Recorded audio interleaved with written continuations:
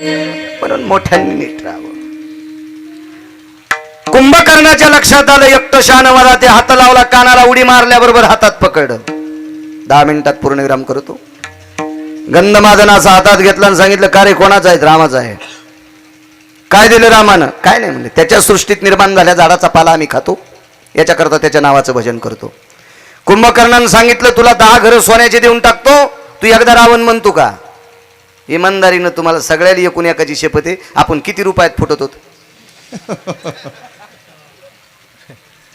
15 दिवस दुसऱ्याच्या गाडीत बिल्ला लावून बसला आणि उद्या मतदान, आज संध्याकाळी बंडल आलं की पहाटच फुटला. हे माणसं, हे माणसं, हे माणसं. राजकारणाचं असंच असतं, काय नसतं. म्हातारीनं रस पापड्या केल्या चिमणेवा, उन्हाळ्याचे दिवस रस पापड्या केल्या, कच्चून रसन पापड्या पापड्या त्या अशा मस्त तळल्या होत्या, तिनं रसात टाकल्या की चुरचुर वाजायच्या आधी नरम होईत. पापड्या तशाच होत्या ना, काय कायच्या पापड्या म्हणजे गवऱ्याची धापड. हो, काय काय बायलंय सुगरण. एका बाईनं बोटोळे केले, चमच्यानं खाचत नव्हते, हातानं तोडून खाल्ला बोटोळा. काय काय सुगरण नाही. म्हणजे सगळ्या रोज 2 गावचं खातो ना, त्याच्यामुळे मला कळतंय कसं असते. तुम्ही घरचंच खाता, इतकं काय कळणार आहे तुम्हाला? रोज 2 गावचं खातो.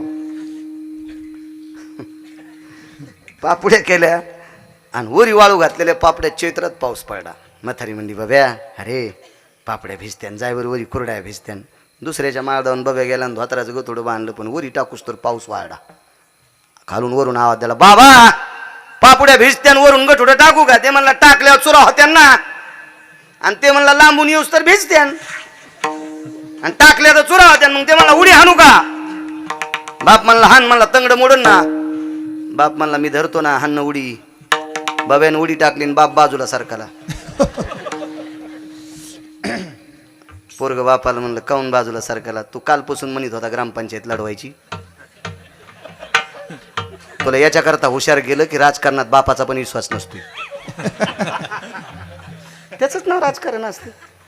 तो मग विश्वास धरून कशाला उडी हाणली? म्हणला, मोड तू तंगड. आगाव पण. आमचं एक पाहुणं परवाला ग्रामपंचायतला उभं राहिलं. 3.5 एकर जमीन, 29 शेळ्या, 14 मशीन, 15 गाई. चट फुकल्या, नाशिकला इटा उचलायला गेलं. आणि चांगलं गात होतं बरं. मी म्हणलं, तू नको याच्यात पडू. ते म्हणला, तुला मग खपतच नाही. मी म्हणलं, आता कसं खपायला? उचलायला गाठार आता. विठाला विठाला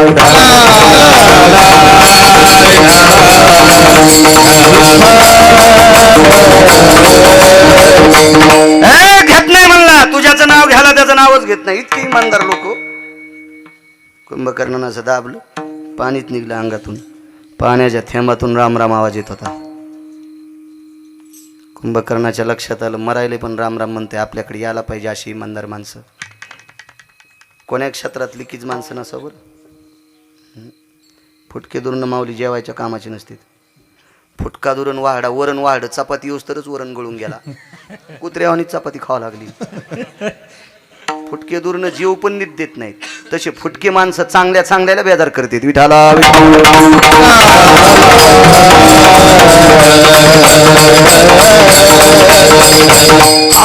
काय काय फुटके. असं भागवत ऐकतेल, असं कीर्तन ऐकतेल, झालं की लगेच पडदा पेटूस तर बिडी आणतील.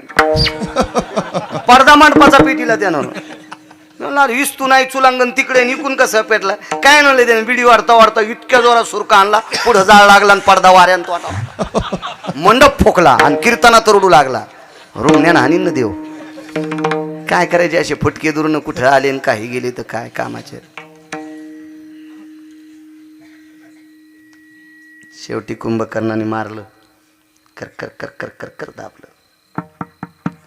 हाडामासाचा रक्ताचा हाडामासाचा हाडाचा त्वचेचा गोळा प्रभू रामचंद्राच्या पक्षात फेकला आणि रक्तानं भरलेला हात घेऊन कुंभकर्ण रावणाकडे गेला आणि रावणाच्या कानाला हात लावला. राम शब्द कानात आल्याबरोबर रावणानं तलवारच काढली. कुंभकर्णानं सांगितलं, दादा हात काय तोडीतोस?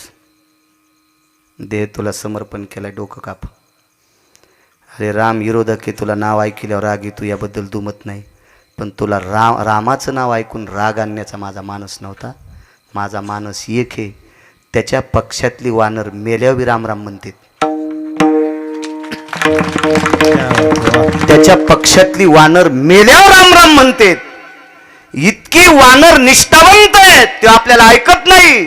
त्याची बायको देऊन टाक, त्याची पत्नी देऊन टाक, त्याची सीता देऊन टाक, हे कुंभकर्णानं सांगितलं होतं.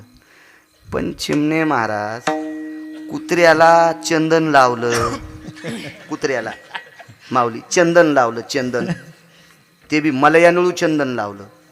तितक्यानं जमन म्हणून बावनिया लावलं, तापलिया तेला बावनी चंदन शनये कबुंद शीतल. उकळत्या तेलाला वरचं पापन वर तया चक्षुपाती नवे निधरिया खालती तव काला माझ्यायती शीतल स्नेह करी नैवम गांजा कसम लिखितम. गांजा फुकून दिले का? वरचं पापन खालच्या पापनाला लागतंय. इतक्या टायमात उकळतं तेल बर्फा इतकं थंड करतंय त्याला बावनिया चंदन. आणि कुत्र्याला बावनिया चंदन लावलं आणि बशील कशात? सोन्याच्या पालखीत. तरी आवलात भुकतीच. स्वानशिबिके बैसविले त्याचे भुंकणे नराहे उगले, त्याचे भुंकणे नराहे उगले, त्याचे भुंकणे नराहे उगले.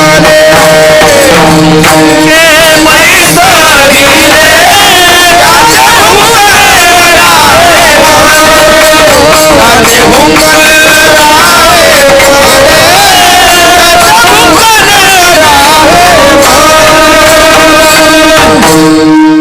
कुत्र सोन्याच्या पालखीत बसलं तरी बाहेर थुत्तड काढून भुकतच आणि जवळ आलेल्याचे तोंड जिबीनं चाटीत.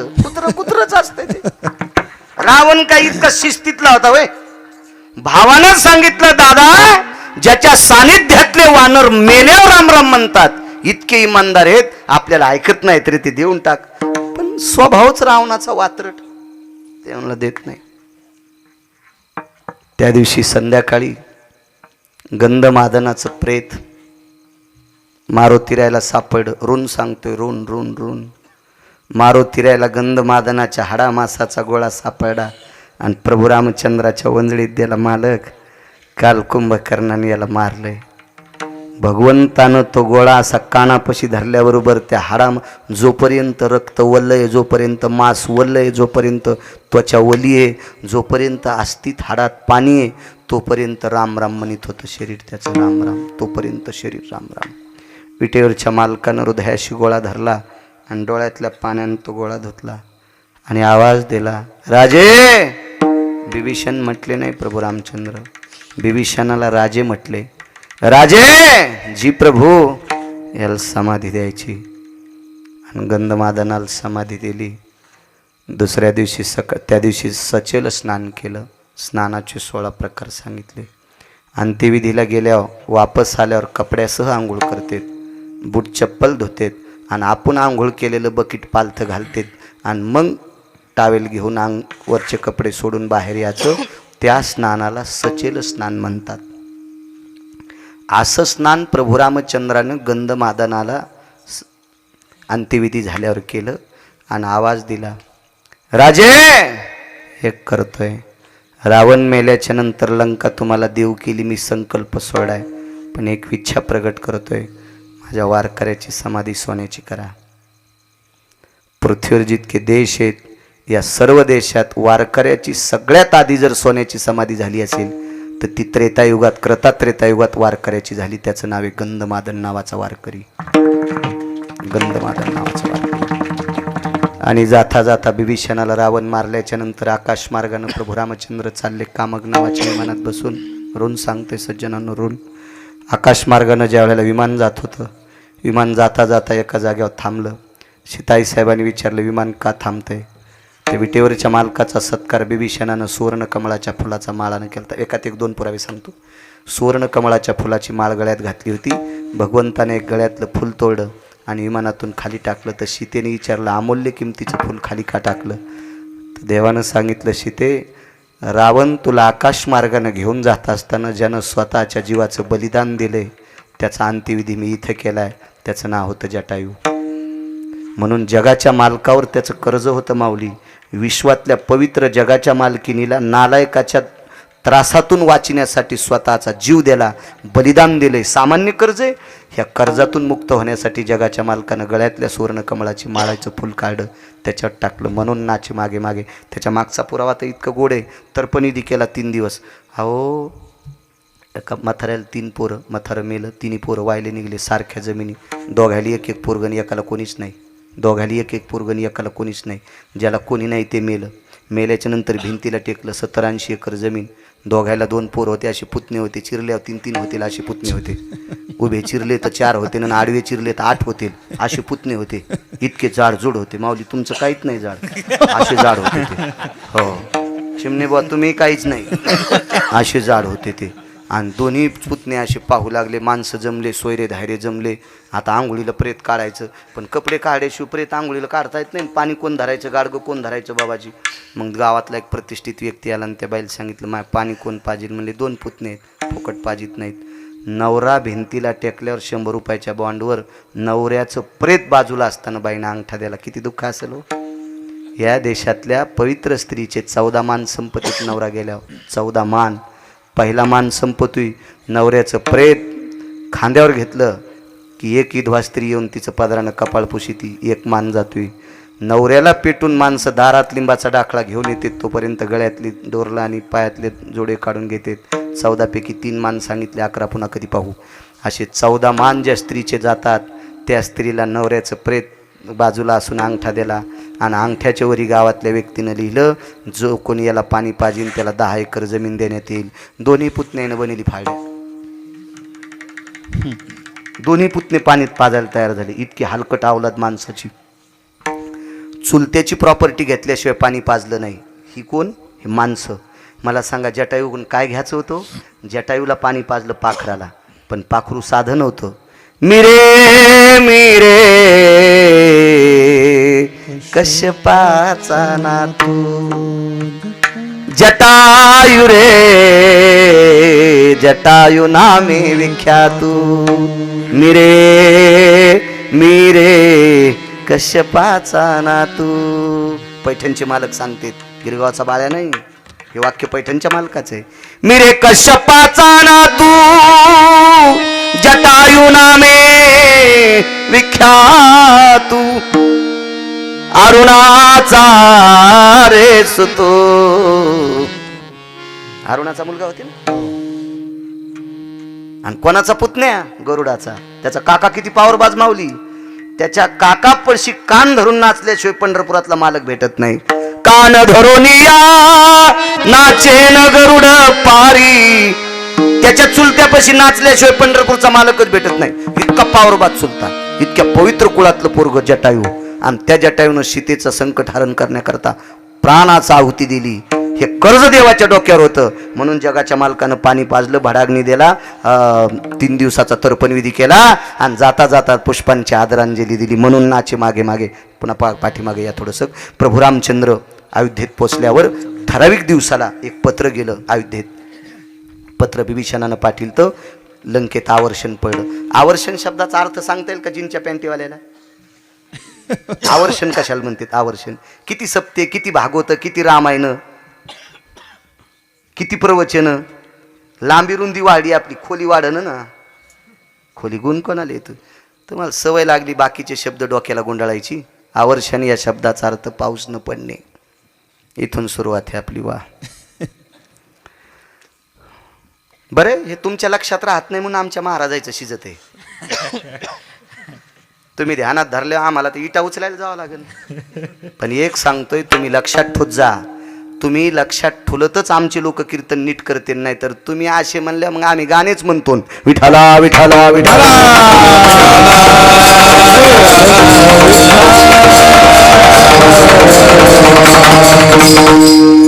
आणि कीर्तनाच्या स्टेजवर वाईट ऐकल्याच्या नंतर घराला कुलूप लागत असतं. बरं, कुलूप लागत असतं घराला चुकीचा संदेश ऐकला की. म्हणून तुम्ही इतके सुज्ञ झाले पाहिजे की तुमच्या पुढे आम्हाला बोलताना आमचे कष्टे ओले झाले पाहिजे घामानं. अरे बापरे, पटकन सांगितलं पुरावा आहे म्हाताऱ्याने. मग अशी एक ओळी सांगितली ना. हो चला, पत्र आलं, आवर्षण पडलं. प्रभू रामचंद्र पत्र पाहिल्यावर थोडेसं डोळ्याला पाणी आलं. सीताई साहेबांनी विचारलं काय झालं मालक? काय नाही, लंकेत पाऊस पडला नाही. तर सीतेनं सांगितलं नका पड ना पाऊस, समुद्र चारी बाजूने आहे ना.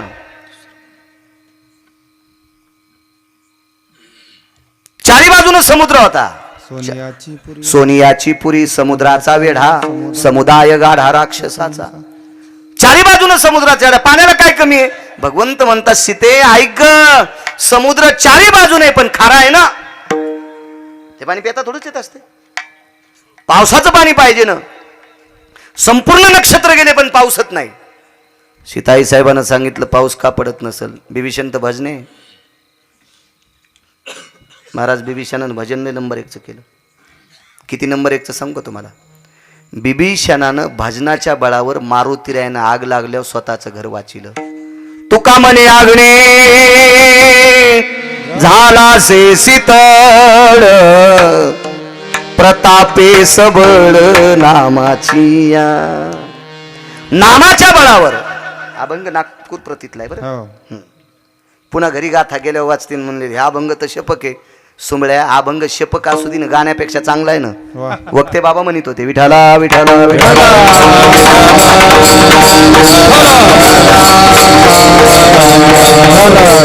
माणसं सगळं कीर्तन चांगलं झालं, जरासं काही मग तिथं काड्या घालतील. हो. आणि हे दात पडले जे ना माळी घातल्या का तेल इचकितेत.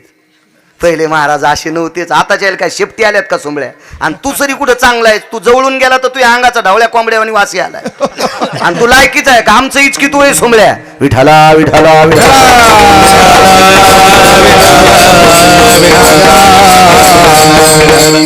आपल्याला वाटते दुसऱ्याने इचकायच्या अगोदर आपणच सांगितलं पाहिजे. हो ना, त्याची वकालत तिकडच बोंबलत गेली पाहिजे. कशाला तू शहाणपणा करतो? पप्याची माय तू या थोतरी धाण्याली, तू आमचे धोत्र धुवाला. त्याला इकडे जोर असतो इकडे इचकायचा. ज्याला तिकडं काही नाही मग ते इकडे घुटमळत असते. पण महाराजांनी लक्षात घेतलं पाहिजे, चौकून वाजलेले आपल्याकडे आलेत, हे एक दिवशी आपल्याला वाजिते. विठाला विठाला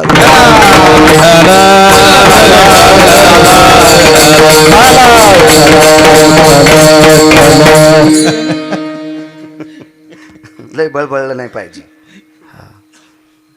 योग असा आला. सीताई साहेबांना सांगितलं मग पाऊस का पडत नाही? जो पत्र घेऊन आलेला राक्षस होता का त्याला विचारलं मागच्या 7-8 महिन्यात तुमच्याकडे काय विधी झाला का? ते म्हणलं कवडीचा नाही. पत्राच्या पाठीमागून लिहिलं माननीय आदरणीय राजाधिराज कुंभकर्ण, बरोबर बिभीषण महाराज. हां, असं सावध करी जा. टाइम झालं म्हशीच्या वघारावानी काम आहे, हिरवटीला लागल्यावर दूध सोडून देते. बरं मी वघारू म्हणल्यावर तरी तुम्ही हसायले, मग वघाराचं कीर्तन ऐकणारे. असो, पाठीमागं लिहिलं पत्र, राजाधिराज लंकेश बिभीषण महाराज, तुम्ही गंधमादनाचं श्राद्ध केलं नाही याच्याकरता पाऊस पडला नाही. घरी पत्र पाहिल्याबरोबर बिभीषणाच्या बायकोचं नाव सांगता येईल का? गजा रामायणा सांगणारे मेले तरी तुम्ही सुधारले नाही ना. आता मला गोळी घाला. बिभीषणाच्या बायकोचं नाव नाही सांगता यायचं. माग एकदा 10-20 वर्षापूर्वी एक काम करता करता सिनेमातली बाई मिळती, तिचं नाव माहिती आहे तुम्हाला? 20% लोकांना माहिती आहे, पण तुम्हाला माहिती आहे नाव सांगितलं हे दगड हाणतंय. तुमच्या अशा जिबीवर खेळायली ती बाई, जिबीवर अशी टकटक दिसायली तुम्हाला, टकटक.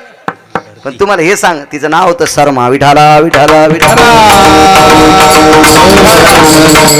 तुमचं काम कसं झालं माहिती आहे का? चोर पंक्चर, दुकानात नेल्यावर पंक्चर गवसन, घरी गाडी लावल्यावर हवा राहीन. दुकानात पंक्चर गवसत ना, ते साबणा लावलं पाहिले टायरला, पण हवाच भोकाडच गवसन. आणि घरी दारा पुढे लावल्यावर हवा राहीन. असेच रातचा अभंग काय कानी होता बापा, काय कानी काय होता. चलो तू थोत्तर घेऊन लिंबून कांदे घेऊन पिराकडून काय लक्षात राहीन तुया? विठाला विठाला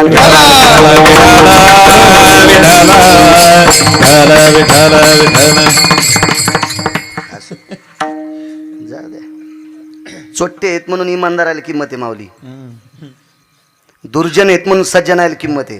हो, सगळे शाहू झाल्या कोणाला कीर्तन सांगता.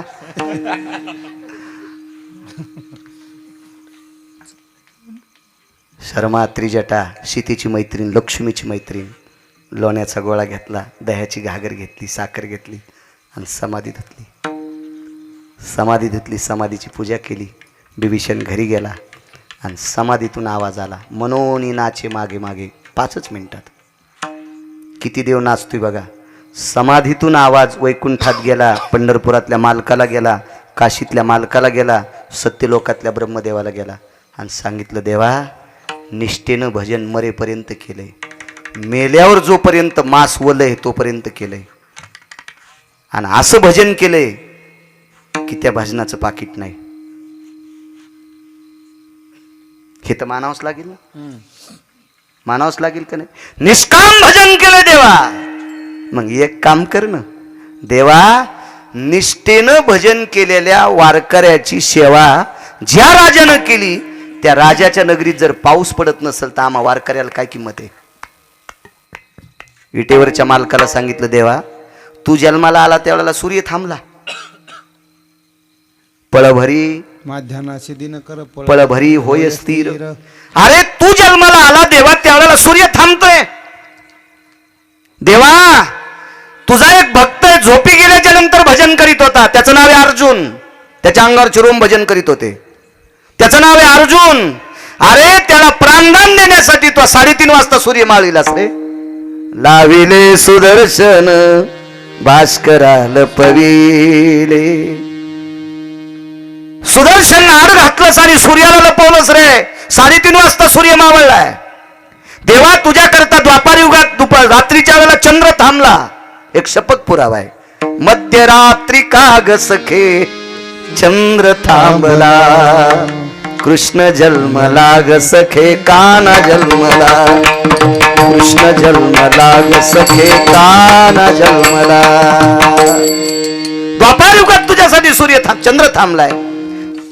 2 प्रहरी काग सखे सूर्य थांबला, 2 प्रहरी काग सखे सूर्य थांबला, राम जन्मला ग सखे राम जन्मला, राम जन्मला ग सखे राम जन्मला.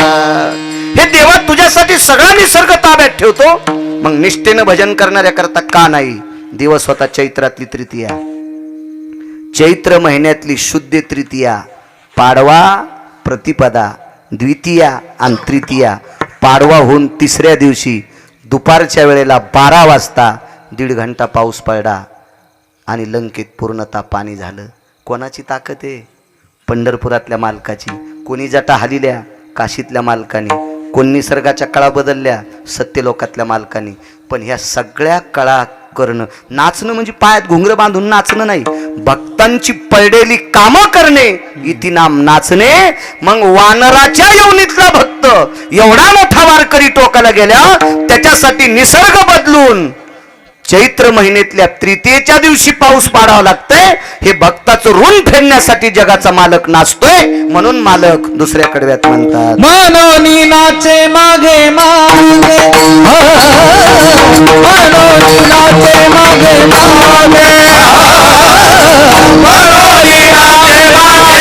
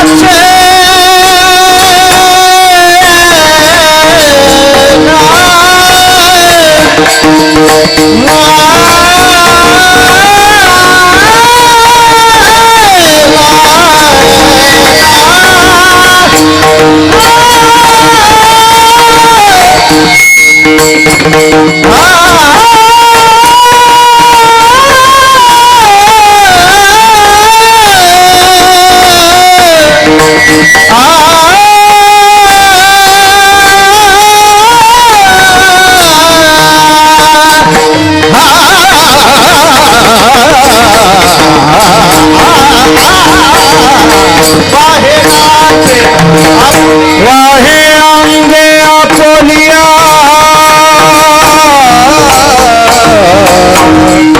वाहे अंगे आपोलिया